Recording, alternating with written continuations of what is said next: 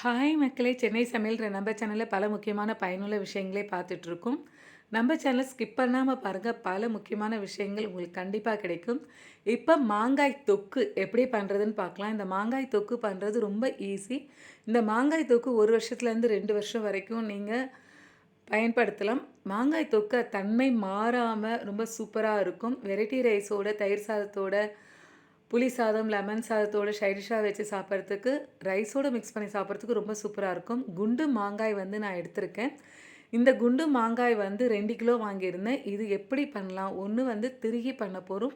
இன்னொன்னு வந்து பீஸ் பீஸா கட் பண்ணி 2 வீடியோவா வந்து போட்டிருக்கேன். ஏன்னா, ரொம்ப லென்த்தியான வீடியோவா இருக்கும். ஒரு வீடியோவா போட்டோம்னா, மாங்காய் நல்லா வாஷ் பண்ணிட்டு வெயில்ல கொஞ்சம் நேரம் வச்சுருங்க. தண்ணி படவே கூடாது. வெயில்ல நல்லா கொஞ்சம் காஞ்ச உடனே சின்ன சின்ன பீஸா கட் பண்ணி நான் வந்து ஃபுட் ப்ராசஸ்ல வந்து போட்டு இந்த மாரி திருகி எடுத்திருக்கேன்.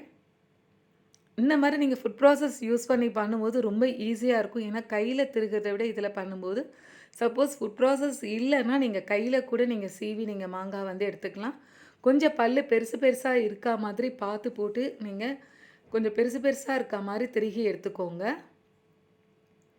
இந்த மாங்காய் தொக்கு, ஊறுகாய் பண்ணுறது ரொம்ப ஈஸி. இதனோட டேஸ்ட் ரொம்ப நல்லாயிருக்கும். ப்ரிசர்வேட்டிவ்க்கு நம்ம எதுவுமே சேர்க்க போறதில்ல.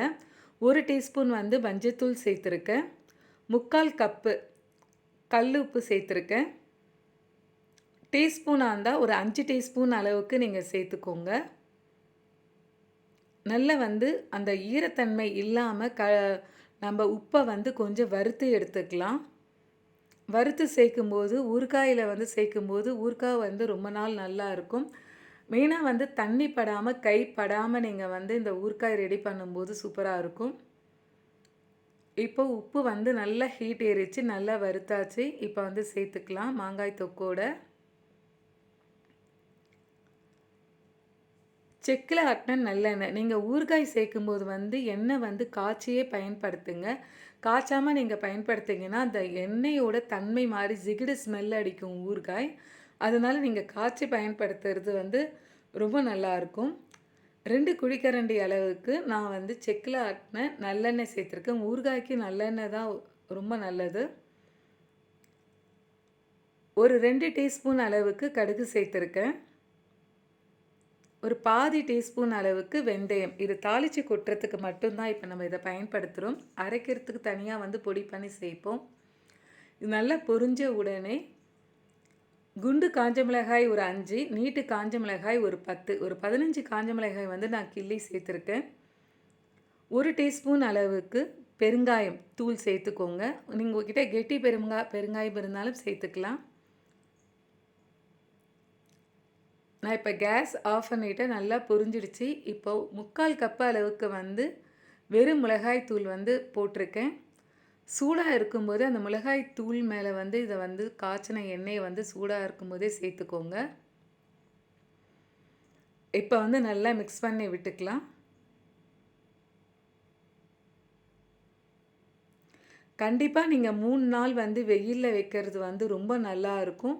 ஒரு துணி கட்டி வெயிலில் வந்து காலம்பற ஒரு 9 மணிலேருந்து ஈவினிங் ஒரு 5 மணி வரைக்கும் நீங்கள் வெயிலில் வச்சு எடுத்துட்டு, அதுக்கப்புறம் நீங்கள் ஃப்ரிட்ஜுக்குள்ளே வைங்க. ஒரு 3 நாள் கழித்து நம்ம பார்க்கும்போது ஊறுகாய் ரொம்ப சூப்பராக ரெடியாக இருக்கும். நீங்கள் ஃப்ரிட்ஜில் கண்டிப்பாக வைக்கும்போது அந்த ஊறுகாவுடைய தன்மை மாறாமல் 2 வருஷம் ஆனாலும் ரொம்ப சூப்பராக இருக்கும். 3 நாள் கழித்து பார்க்கும்போது இந்த மாதிரி இருந்தது. இப்போ வந்து கடுகு நம்ம வந்து கடுகும் வெந்தயமும் பொரித்து நம்ம வறுத்து அரைச்சி சேர்த்துக்க போகிறோம். 1 டீஸ்பூன் ஃபுல்லாக வந்து கடுகு சேர்த்துருக்கேன். ஒரு பாதி டீஸ்பூன் வெந்தயம். எப்பவுமே கடுகு நிறைய இருக்கணும், வெந்தயம் வந்து கம்மியாக இருக்கா மாதிரி பார்த்துக்கோங்க. இது நல்லா பொரிய விட்டுட்டு நல்லா பொரியும். நீங்கள் கேஸ் கொஞ்சம் ஆஃப் பண்ணி வச்சாலே நல்லா சிவந்து வந்துடும். கடுகு தனியாக வெந்தயம் தனியாக வறுக்கணும் கிடையாது. நீங்கள் 2த்தையும் ஒன்றாவே போட்டு வறுக்கலாம். நல்லா சிவந்துருச்சு பாருங்கள். வெந்தயம் சிவந்துருச்சு, கடுகும் நல்லா பொரிஞ்சு வந்துடுச்சு. இது ஆற வச்சு மிக்ஸி ஜாரில் வந்து ட்ரான்ஸ்ஃபர் பண்ணிக்கலாம். எப்போவுமே மிக்ஸி ஜார் வந்து நீங்கள் எந்த ஒரு பொருள் அரைக்கிறா இருந்தாலும் சூடோடு அரைக்காதீங்க. ஆற வச்சு வந்து யூஸ் பண்ணுங்கள். ஏன்னா மிக்ஸி ஜார் வந்து அந்த பிளேடு வந்து போயிடும். மிக்ஸி வந்து சீக்கிரத்தில் வந்து ஸ்பாயில்ட் ஆக சான்ஸ் இருக்குது. ஆறுனவுடனே பொடி பண்ணி நம்ம வந்து இந்த ஊறுகாயில் வந்து சேர்த்துக்கலாம். இப்போ பொடி பண்ணியாச்சு. கை வைக்காமல் ஒரு ட்ராப் தண்ணி கூட படாமல் நீங்கள் வந்து ஊறுகாய் செய்யும்போது ரொம்ப சூப்பராக இருக்கும். இப்போ நான் பொடித்த கடுகு வெந்தயம் பொடியை வந்து சேர்த்துக்கிறேன். நல்லா மிக்ஸ் பண்ணிக்கலாம்.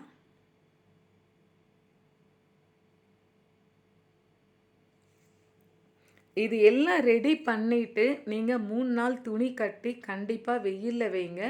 வெயிலில் வைக்கும்போது அந்த எண்ணெய் தானாக உங்களுக்கு பிரிஞ்சு வெளியில் வரும். நல்லா சூப்பராக ரெடி ஆகும் ஊறுகாய். உங்களுக்கு 3ஆம் நாள் வந்து காமிச்சிருக்க இந்த ஊறுகாய் பற்றி நீங்கள் எதுவுமே கவலைப்பட வேண்டாம். ஏன்னா வந்து உங்களுக்கு காரம் பத்தலைனாக்கா கண்டிப்பாக நீங்கள் காரம் இதே மாதிரி ஊறுகாயில் எண்ணெய் காய்ச்சி இந்த மாதிரி சேர்த்துக்கலாம். இல்லை அதே மாதிரி உங்களுக்கு வந்து உப்பு கொஞ்சம் கம்மியாக இருந்தாலும் நீங்கள் உப்பு வந்து இந்த மாதிரி பயன்படுத்திக்கலாம். ஏன்னா ஊறுகாய் செய்யும்போது கொஞ்சம் உப்பு பார்த்தே போட்டுக்கோங்க. கம்மியாக இருந்தால் கூட நீங்கள் ஊறுகாய் வந்து நீங்கள் திருப்பி நீங்கள் பயன்படுத்திக்கிறதுக்கு ரொம்ப ரொம்ப ரொம்ப யூஸ்ஃபுல்லாக இருக்கும்.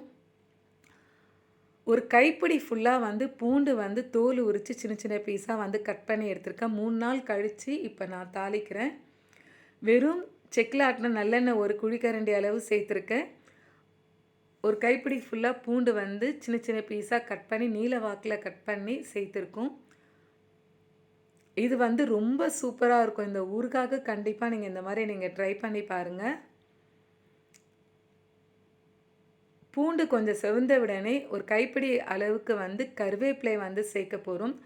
கருவேப்பிலை வந்து நல்லா பொரியணும். கொஞ்சம் தள்ளி இருந்து கருவேப்பிலை வந்து போடுங்க. நல்லா படபடன்னு சவுண்டு வரும். கருவேப்பிலை பொரிஞ்சு நீங்கள் அதை இப்படி அமுக்குனீங்கன்னா நல்லா கிறிஸ்பினஸோடு இருக்கணும். அந்த அளவுக்கு பார்த்து எடுத்துக்கோங்க.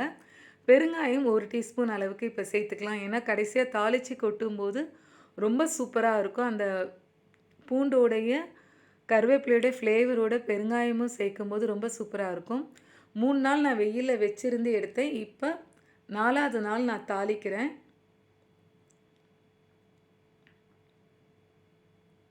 தாளிச்சதை இப்போ நம்ம எடுத்து கொட்டிக்கலாம். எப்பவுமே எண்ணெய் வந்து ஊறுகாயில் இருக்கா மாதிரி பார்த்துக்கோங்க. நீங்கள் டேஸ்ட் பண்ணி பாருங்கள். இப்போ ஏதாவது உப்பு ஏதாவது கம்மியாக நீங்கள் டேஸ்ட் பண்ணி பாருங்கள். ஏதாவது உப்பு கொஞ்சம் கம்மியாக இருந்தாலோ இல்லை மிளகாய் தூள் நீங்கள் இன்னும் கொஞ்சம் வேணும் எதாவது நினச்சாலும் சேர்த்துக்கோங்க. சேர்த்து நீங்கள் எண்ணெயோடு நல்லா காய்ச்சி இந்த மாதிரி சேர்க்கும்போது ரொம்ப சூப்பராக இருக்கும்.